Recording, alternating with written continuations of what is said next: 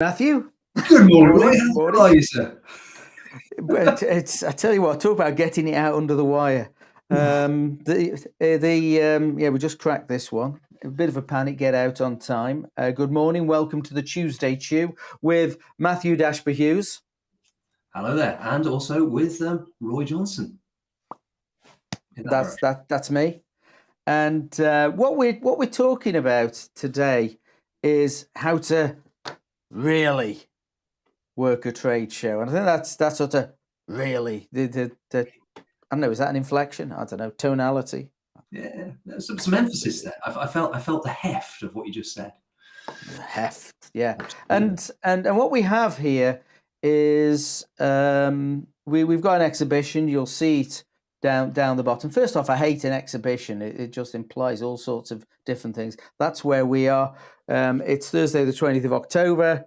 That's 2022. So if you're looking at this in 2023, it's not that one. Sorry, I missed you. Sorry you missed it. It was great.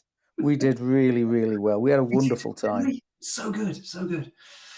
Yeah, tired at the end of it though. Oof, let's just turn that. Oh, we'll leave that on for a minute. No, it's irritating.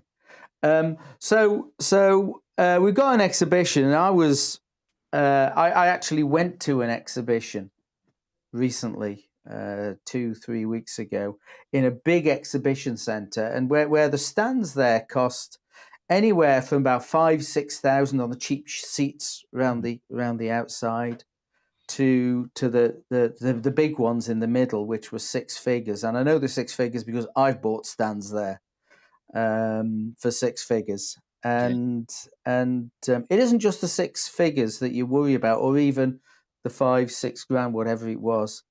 It's setting up, planning, moving stuff there, getting people in there, feeding, watering, and yeah, the numbers multiply really, really quickly. And one thing that I saw, and I came to, it might be an unfair conclusion, or maybe me looking at it through a different lens. But I started on the outside and worked my way in to go and talk to people, meet a client, that sort of stuff. And the first thing I noticed was when I stood outside a stand, nobody talked to me. 8 out of 10 of the outside stands did not even approach me. Which is a pity, because I could have been a client. They didn't know. They had no clue if I was going to be a client or not. And the mindset is that when you're on a stand, I think they was just embarrassed that, we don't want to be salesy. But when people go to these places, when they walk over the threshold of outside the exhibition, inside an exhibition, they're going to be talked to. I think people accept this. They don't get uppity or huffy about it. And I think this is what a lot of people were scared about, talking to me, just in case I get huffy with them. You can't do it. It's an opportunity. 8 out of 10 did not talk to me, which was shocking. And I sort of class those as inept. Mm-hmm. But as I got closer and closer to the centre, the same behaviours applied. I stood on one of the biggest stands in the centre of the exhibition, looking at the kit, and no one approached me. And which is criminal. To me, that would have been a sacking offence in my old world. And I stood there for 10 minutes wondering how long it would be. I actually got bored and walked off. And the thing is, there was 8 people on the stand having a lovely chat amongst themselves, and no one else except me. I think he was waiting for the beer, because when I saw the beer cracked open about 3:30, when the exhibition didn't finish at 5 until 5, that was the last. Yeah, that was certainly a thing. So yeah. A bit like you, from my old world, I know. I mean, the cost of those big exhibition stands. I mean, you're talking, 6 figures easily. So I mean, when in my old world, we used to take the occasional stand, and we were we used to sweat every single pound that we spent in there as much as we possibly could do. And, we'd be spending 40, 50 grand on a really good stand. We'd make the stand look like one of our shops. We'd stock the things. We'd have shelves and all that kind of thing in there. You'd have the EPOS systems in there. So you'd spend some serious time, effort, energy, resource, money. That's an investment. And the thing about an investment is you've got to get a return on it. Now, it doesn't matter whether you're exhibiting or you're just simply attending an exhibition. Even if you're only attending, you're investing your time. And your time is your one non-renewable resource. So you should bloody well get a return on that investment of time. So, ultimately, any exhibition, it's critical to get some value out of it. You've got to start with conversations, because ultimately all of the value that comes in an exhibition comes from having conversations, ideally conversations with people that you've never met before, unique, effective conversations, dare I say. And that's really what you're looking for here. So, right, what would be the absolute non-negotiables if you're getting ready to go to an exhibition, whether you're attending or indeed you're exhibiting? What would be the non-negotiables? What would be the key things that you need to be thinking about? So, look, an exhibition, and I started off by saying an exhibition is to me, it's the wrong word. It should be called a conversation. I'm going to a conversation. I think exhibition to me just sounds like woohoo. It's that sort of yeah, It's not an exactly. image we need. That is not an image we need. For our viewer out there, I apologise. but it should be called a conversation, and I think before we get there, we have to define what good looks like, and we were doing a mastery session this morning, and mastery's advanced sales, essentially. So we have a foundational and we have an advanced. We've got a group of people in the advanced, and we were talking about the 5 things that you can get out of any meeting. And the 5 things are a yes, a no, a clear next step, a referral, and he stops there because what's the 5th one? Just remind me. Well, ironically enough, the 5th one's a lesson learned. So, I mean, there you go. That is Lesson learned. That was the one. That was the one. And the lesson learned was I forgot lesson learned. I'm just camera shy. What can I do? So this, but the same thing applies. The same thing applies when you go to a conversation, and the conversation that you have is you get a yes. Now at exhibitions, you're not really looking to sell stuff. You're looking to collect conversations, but you get a no. And our job on an exhibition, especially when we're speaking to a lot of people, is to do some sorting. We'll talk about that in a minute. So the absolute non-negotiables is know what good looks like, what a win, know what a okay looks like, and know what a train wreck looks like. So when we leave, what does good look like? And you've got to give yourself some targets, which guides how you work. And certainly these people in this last exhibition who were sitting around staring at the wall with their backs to the exhibition, I just wanted to go. I was getting all emotional, if you say to these people, "Here are your targets," you need to have. You mentioned earlier, what was the phrase you used? Oh, the meaning of communication is the response you get. Yeah, that one. But you talked about how many unique, Unique effective. effective Yeah. conversations. Sorry. How many unique, effective conversations should you have? And everything starts with a conversation. And a unique, effective conversation can also be something that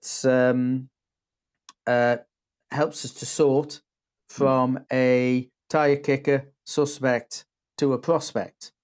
And really what we're looking for is to find our prospects, and the prospects, we get a next step.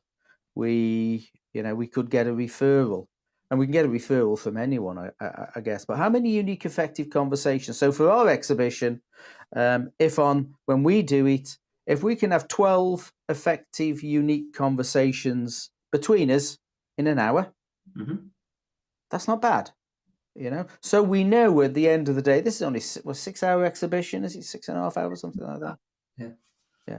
6 times 12. If we can have 70 effective, unique conversations, we've put the behaviors in. Something we talk about a lot in Sandler is we've got goals, but goals are just evidence of good behaviors.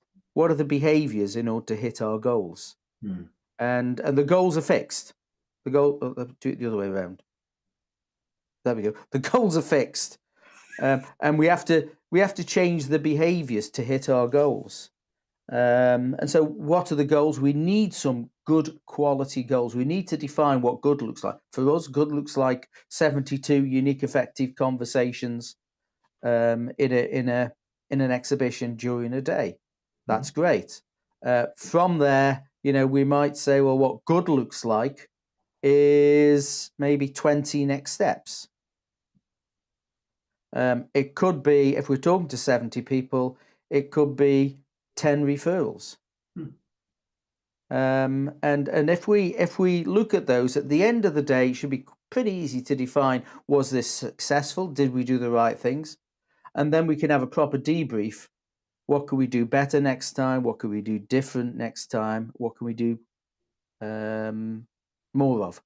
Yeah, I think that's right. And really to make that effective, so it is, you need to show up with the right attitude. And the mindset on this is really recognizing that from all of those people that you are going to see in an exhibition space, the vast majority of them are not going to be prospects. There's nearly 8 billion people on the planet. The chances that all of them are going to end up being your clients is pretty unlikely. And so it is with an exhibition, even if the exhibition is filled with people who, I suppose, to one degree or another, might be potential prospects. There may be suspects, if you like. But the reality is most of them are not going to end up doing business with you. So you have those unique, effective conversations with the mindset, the attitude of seeking the truth as to see whether or not there's even any value for both of you in investing some time having a bigger conversation. And that's really all you're seeking to do within that effective conversation.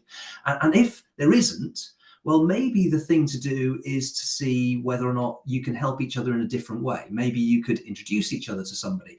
Can you introduce them to anybody? Maybe there's somebody else in the exhibition that actually they would have some real value seeing.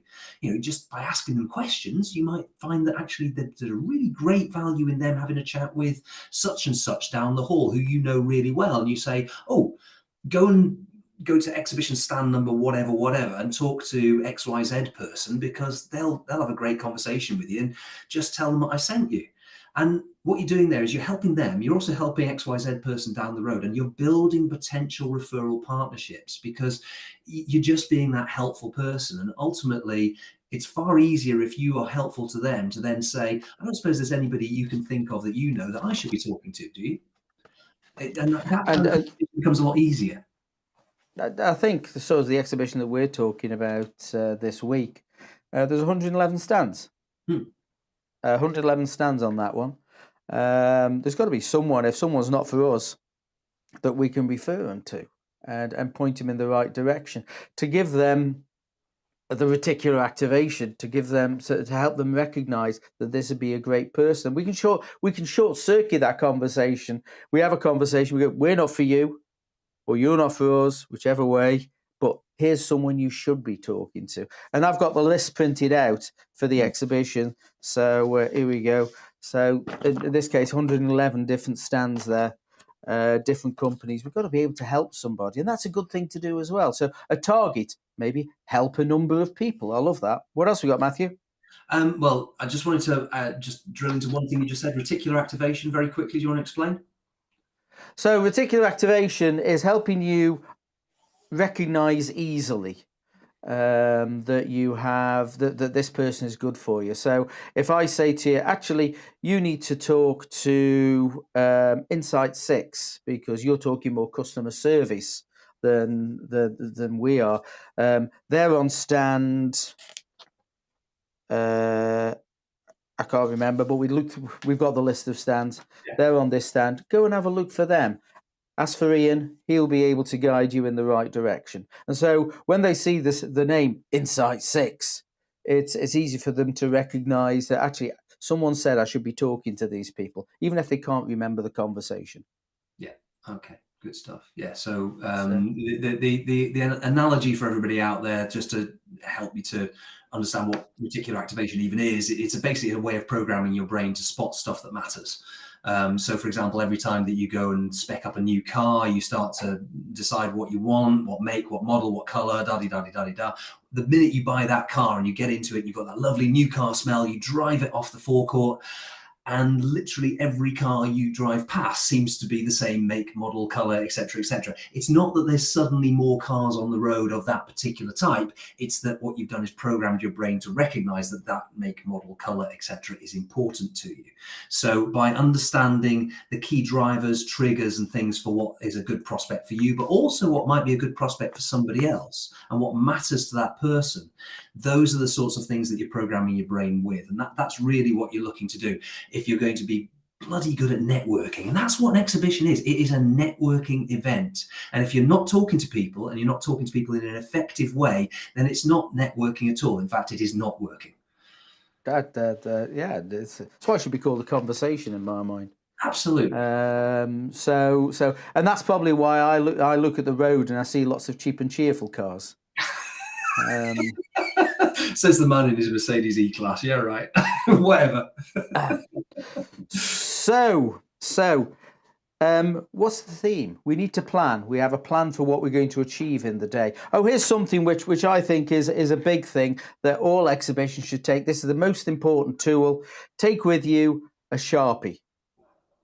Without doubt, the most useful tool in any exhibition, a Sharpie, because it might be that we need to make notes quickly with permission on a card. And that's always good. Or someone says, what times can I call you? And you give them a card and say, here, I'll just write it on the card. A good time to call me. So take a Sharpie with you. They will write on everything, as my 4-year-old grandson found out. But hey ho. So we've got a plan. What's the theme? Why are you there?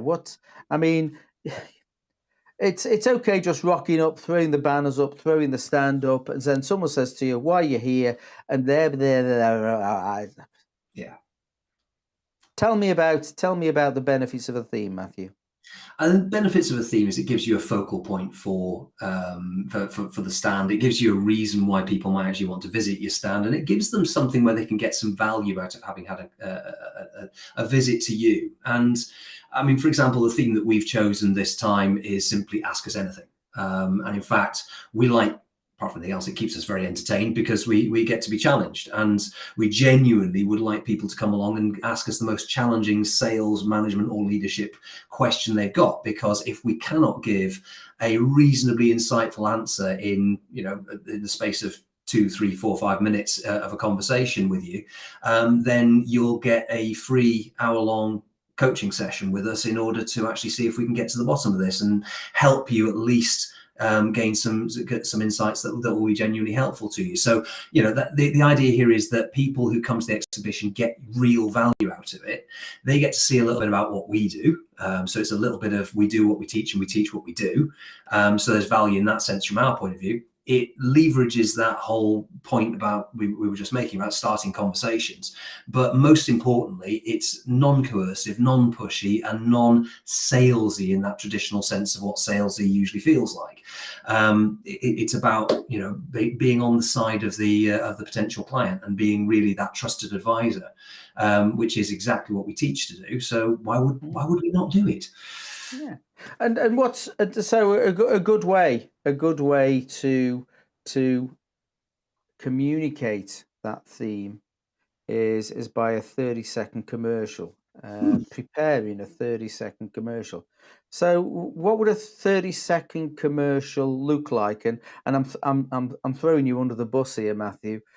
We're standing there. What would our 30-second commercial look like? Well, there you go. That's a very, very good question. So, firstly, let me just break it down so we know what we mean by a 30-second commercial. Firstly, if you're going to do it in 30 seconds and you say it's going to be 30 seconds, then you need to stick to it. You need to stick to your word. So, you need to do it in 30 seconds. The second thing is the word commercial. Very often when I'm working with clients, the minute I say the word commercial, they think of advertising and they think of television adverts. And basically, it's a little bit of a show up and throw up vomit of features and benefits. And here's the reasons why you should buy our stuff, which is not what we're talking about at all. Think about it more as a kind of 30-second fishing exercise to see whether or not the sorts of problems that you solve for your clients might resonate with the person you're talking to. Because if they don't, then you have no relevance to them. And frankly, you have no business talking to somebody if you are not relevant to them. You bring no value.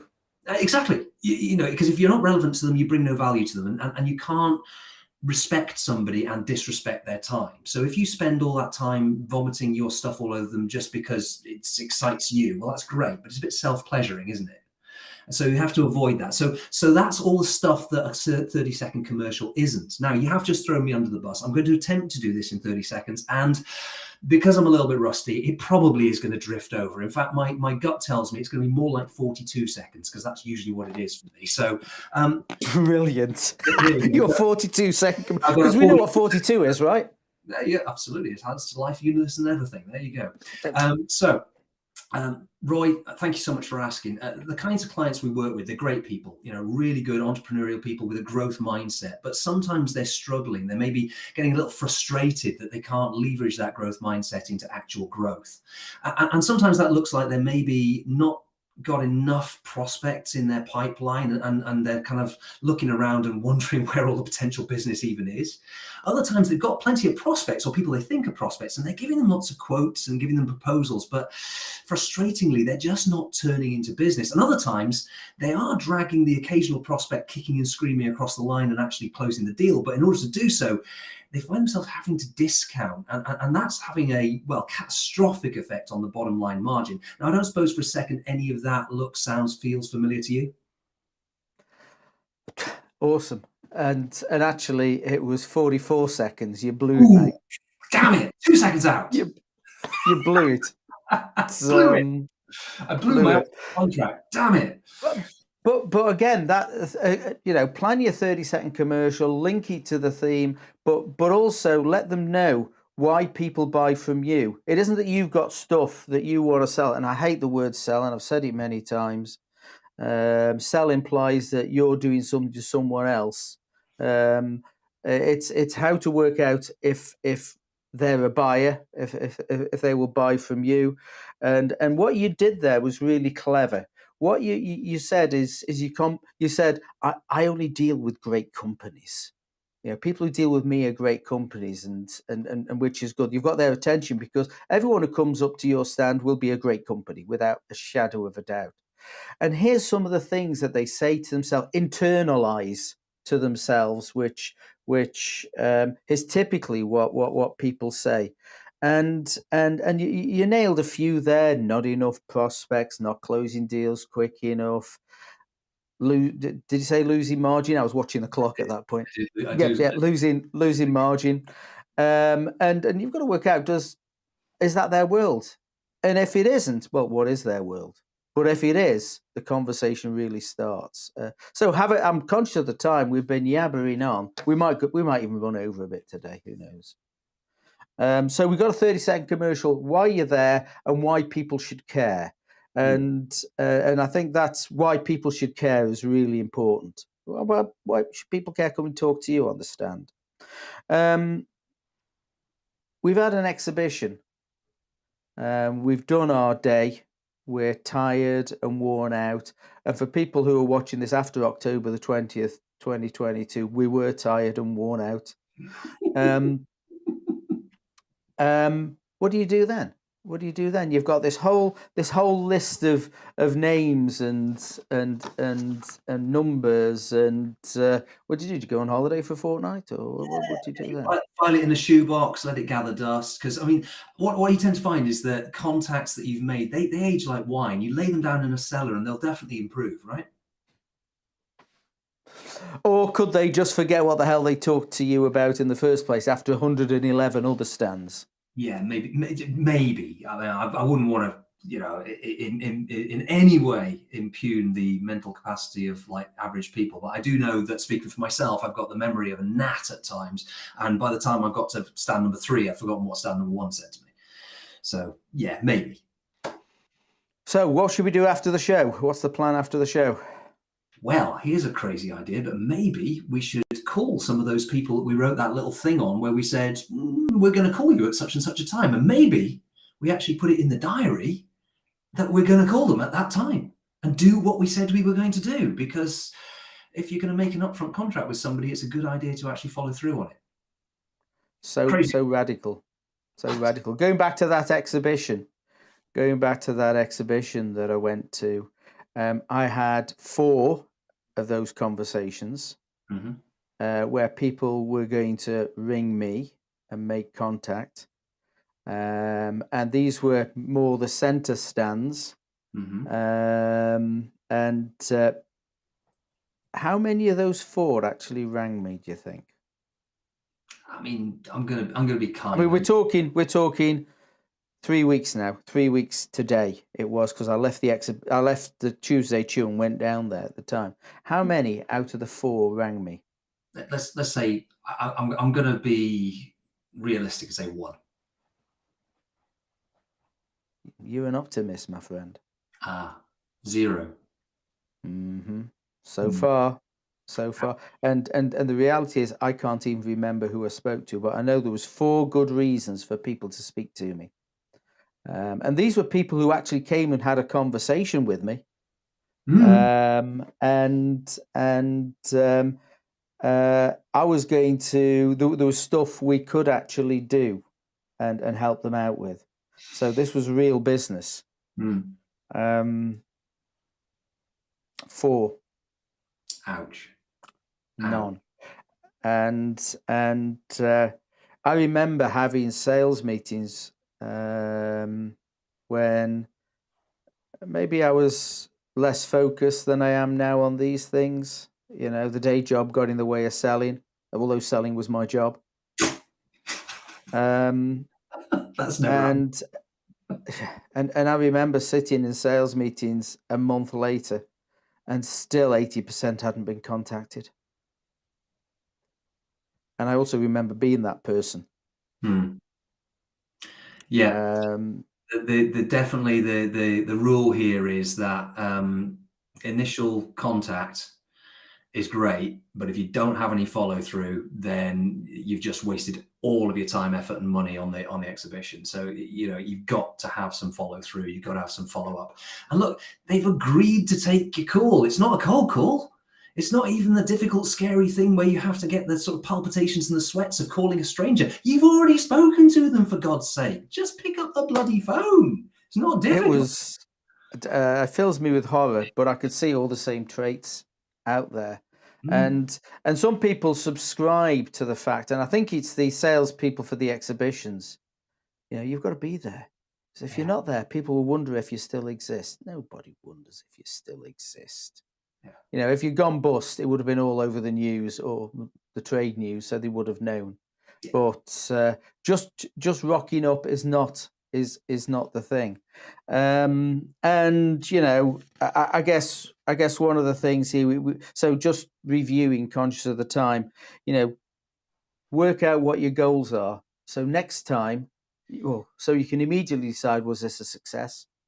Next time you decide, if we do it again, what do we have to do more of? What do we have to do better? What do we do different? Save those stats. Talk about what people learn. And I remember driving to an exhibition, practicing my 30-second commercial in the car as I'm driving to the exhibition on the first day. But by the cringe, I got it nailed by the end of the day. Let me see.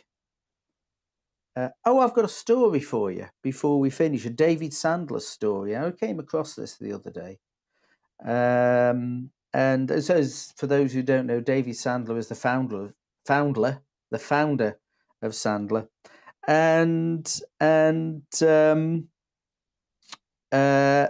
he asked the guy to man the show, who's actually now the CEO of Sandler. And when the guy arrived, he found there was nothing there. And he got these stands either side, which cost a fortune. Of course, the guy there's panicking a bit, so Mattson called Sandler and said, "There's nothing here." He says, "Okay, I've got it with me. It'll be fine." And when Sandler arrived, he had a big sign that says, "Booth got lost. Ask us questions." Which and people came on the stand and just asked them questions, and they had a very successful stand. But the thing is, people came on the stand and said, "What do you do?" Yeah.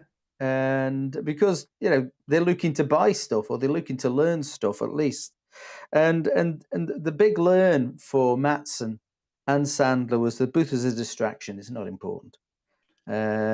Just have conversations, so you're going to a conversation, you're not going to an exhibition. And when I suggested we do the Ask Us Anything thing, I'd never heard that story. In fact, I hadn't heard that story until you told me it. Ask us anything. And so our stand is ask us anything. Come and ask us anything. Sales, leadership, management. As you said the other day, what would you prefer to fight? What was it? 100? What was it? A horse the size of 100 ducks, or yeah. So yeah, which do you prefer to fight? A horse-sized duck or 100 duck-sized horses, or something like that? I'm a lover, not a fighter, me. There you go. I gave that as an example of one of the questions we won't be answering because we really want to make it about management or leadership. So one of our Kevin Murphy did comment in there, said, "Well, if it's about management, then which would you rather manage, a horse-sized duck or 100 duck-sized horses?" He's a smart guy, though, isn't he? So. Absolutely, very smart cookie. There you go. So we're going to see you on the 20th. Hopefully, come along, and hopefully we'll be doing it right. But in the meantime, I've got one of these. It's called 9 Neglects That Kill Sales at Trade Show. Happy to send that out. Just if you've got this far, I'm happy to send this out. For those who ducked out early or managed about a minute of our blather, they're not going to see this. But I do have this. Things that you can avoid doing at a trade show to help your trade show be successful. That's about all I've got to say. Let's put the ticker on again just to let people see where we are. We're at booth A7. Matthew, have you got anything to add to that? No, other than that, if anybody wants to contact me, it's mdh@sandler.com. Mobile is 07715 269 724. If you want to come along to Uttoxeter Racecourse, think of your gnarliest, most evil management or sales problem. Try and catch us out. I'd love to. And we have not got the monopoly on all the good ideas. You will be able to catch us out. But the one thing that you'll do then is you'll earn yourself a free coaching session, and it would be brilliant to get inside things with you and hopefully help you with a few insights that might even benefit you going forward. So that'd be huge. Roy, I've got nothing else. Over to you. Oh, well, if you want to contact me, roy.johnson@sandler.com. Mobile number 07867 525 868. That's 07867 525 868. Hopefully we'll see you at the Let's Do Business. We don't do this sort of thing very often. It's going to be fun. And I've ordered my sign that says Booth got lost. Very good. Ask us anything. There you go. So it's goodbye from him. And it's goodbye from him. Goodbye. Laters. Laters. I need to put my baseball cap on the wrong way for that, don't I? Absolutely. Let's end the stream.